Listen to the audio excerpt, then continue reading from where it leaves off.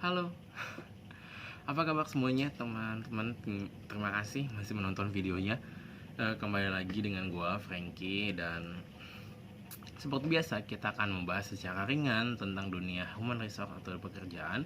Dan kali ini spesial bahwa akan aku share berbagi tentang teman-teman merasa nggak, aduh kak saya sudah melamar, kok di belakangnya kelihatan banget.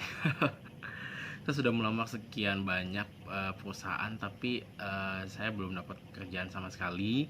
Dan kok bisa ya, saya sudah berjuang sebagaimana rupa tapi saya belum dapat pekerjaan apapun. Dan apa yang salah gitu, apakah saya perusahaannya PHP atau gimana? Dan kita coba akan kupas di sini.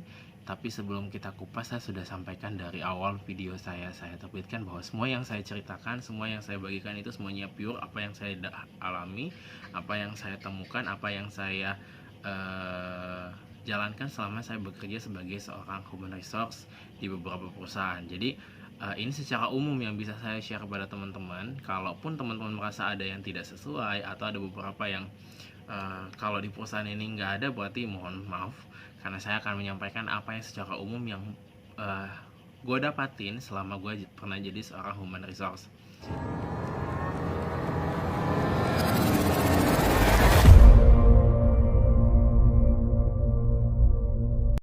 Ya, oke. Ada beberapa hal yang kita akan mulai kupas, mulai dari awal kalian melamar sampai kalian selesai mengikuti proses seleksi. Apa yang mungkin kalian miss, apa yang mungkin kalian lupa di proses tersebut. Namun sebelumnya jangan lupa di subscribe kalau teman-teman merasa video ini bermanfaat, dan di share aja kepada teman-teman yang lain. Jadi pada saat mereka juga membutuhkan informasi tentang dunia pekerjaan, bahkan informasi cara untuk mendapatkan pekerjaan yang baik dan sesuai dengan yang kalian harapin, teman-teman bisa tetap ikuti, pantengin channel ini. Harapannya saya adalah saya bisa berbagi dengan pengalaman yang sudah saya miliki, agar supaya teman-teman bisa lebih mudah, lebih lebih banyak informasi yang teman-teman dapatkan. Oke? Jangan lupa subscribe dan nyalakan loncengnya agar supaya saya setiap video yang masuk setiap video yang saya posting dapat memberitahukan teman-teman, dan teman-teman tidak ketinggalan update tentang dunia human resource. Oke, kita mulai yang pertama.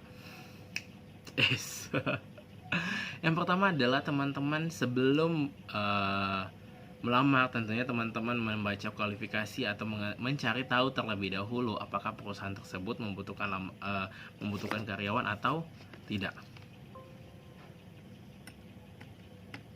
Ya. Dan ketika teman-teman mendapatkan iklan dari perusahaan tersebut, biasanya teman-teman akan baca yang pertama adalah kualifikasi. Ya, kualifikasi ini adalah penting ya teman-teman. Kenapa penting? Karena yang pasti adalah teman-teman harus mengetahui terlebih dahulu apa yang menjadi persyaratan atau kualifikasi untuk jabatan yang dibuka oleh satu perusahaan tertentu.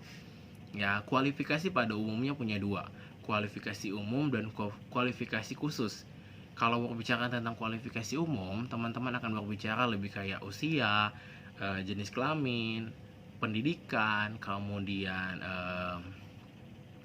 kayak siap bekerja di bawah tekanan dan sebagainya, yang biasanya kalian akan temukan di kualifikasi lowongan pekerjaan pada umumnya.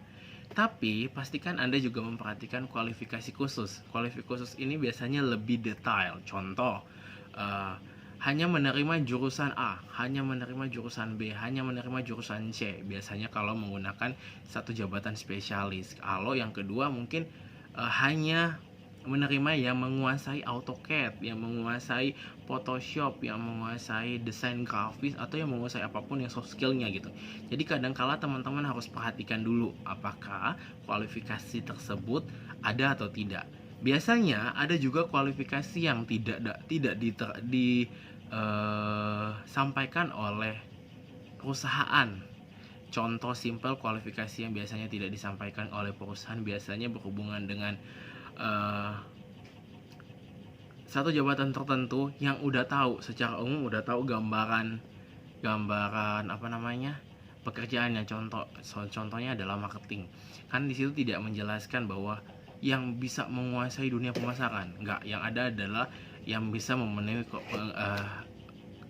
komunikasi yang baik gitu. Jadi ada hal-hal yang mungkin teman-teman harus pahami dulu, ada kualifikasi khusus yang mungkin tidak perlu disampaikan oleh perusahaan, tapi seharusnya teman-teman pelamar udah tahu kalau untuk berada di jabatan tertentu harus memiliki keterampilan tersebut.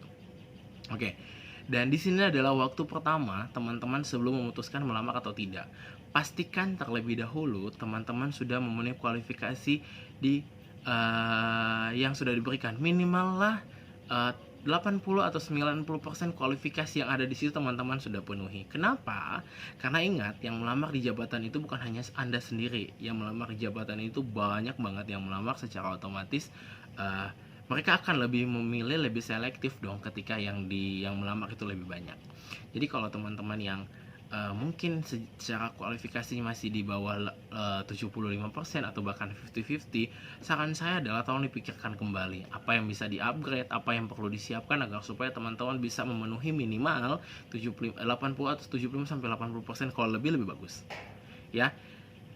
Jadi pastikan terlebih dahulu, dan ini biasanya yang menjadi catatan banyak bagi pelamar, karena pelamar yang biasanya adalah coba aja dulu, it's okay, gak masalah kalau teman-teman ingin coba aja dulu, mungkin rezekinya di situ, gak ada salahnya untuk mencoba. Tapi yang salahnya adalah ketika teman-teman hanya statusnya mencoba, tapi teman-teman mengharapkan dipanggil. Akhirnya adalah muncul mengkomentari iklan tersebut dengan kata-kata yang tidak sesuai, akhirnya menimbulkan blacklist nama Anda oleh perusahaan tersebut, karena Anda dianggap mencemarkan nama baik perusahaan tersebut karena memberikan statement atau komentar yang tidak sesuai. Ya, jadi tolong teman-teman pastikan kembali kualifikasinya. Dan ada kualifikasi yang berhubungan dengan tinggi, berat badan, dan sebagainya. Itu biasanya ada kebutuhan khusus oleh perusahaan sehingga menyampaikan ada itu. Jadi ketika teman-teman menemukan yang kayak gitu, jangan ketika teman-teman merasa oke, saya bisa kok, tinggi saya segini, tolong pastikan kembali. Karena kadangkala yang kita ukur tinggi badan kita sama yang digunakan oleh perusahaan itu sangat jauh berbeda. Karena perusahaan pasti akan mengurangi tinggi kotor biasanya. Ya, jadi ingat, yang paling pertama adalah pastikan kualifikasi dari jabatan tersebut teman-teman penuhi. 2. Ketika teman-teman sudah mengikuti kualifikasi dan sudah terpenuhi dong, yang pastinya teman-teman tentunya teman-teman akan masuk ke tahap berikutnya, yaitu melamar. Ya, teman-teman bisa ngelihat zaman sekarang pastinya secara banyak banget perusahaan yang sudah beralih ke online registrasi atau menggunakan semua pendaftaran melalui online. Jadi pastikan Anda mengecek iklannya kembali, melihat cara pendaftarannya seperti apa, dan ikuti tahap demi tahap pendaftaran tersebut. Tetapi sebelum Anda masuk ke situ, biasanya kalau dalam proses online, biasanya dalam proses online registrasi atau pendaftaran online, perusahaan akan menyediakan menu khusus untuk teman-teman melakukan upload, mengupload file, baik itu CV ataupun file-file yang lain. Jadi pastikan teman-teman pada saat teman-teman melakukan upload CV atau berkas-berkas yang lain, dipastikan dulu berkasnya apa saja yang diupload waktu itu. Jadi jangan sampai bolak-balik. Kalau teman-teman udah tahu yang perlu disiapkan A, B, C, D, E, F, G, ya teman-teman siapin aja dulu. Dan pastikan yang kedua adalah pada saat teman-teman mau mendaftar, pada saat mengupload data teman-teman, pastikan menyesuaikan dengan format dan kapasitas yang sudah ada. Biasanya sih perusahaan akan lebih suka kalau formatnya dalam bentuk PDF ya. PDF, kapasitasnya juga pasti biasanya ditentukan, karena bayangin aja kalau teman-teman tidak ada maksimal kapasitas, akhirnya sembarangan upload dan jumlah yang melamar itu lumayan banyak, ya pastinya kapasitas dari perusahaan juga itu akan berpengaruh banget ya. Jadi tolong dipastikan itu lagi. Oke, masih pada saat proses pendaftaran, ikuti instruksi yang ada di dalam proses pendaftarannya dengan baik. Ya, jangan sampai di situ menyampaikan bahwa teman-teman menggunakan huruf kapital, tapi teman-teman tidak menggunakan huruf kapital. Teman-teman diminta untuk mengisi dengan format A, format B, format C. Tolong dipastikan terlebih dahulu. Kenapa?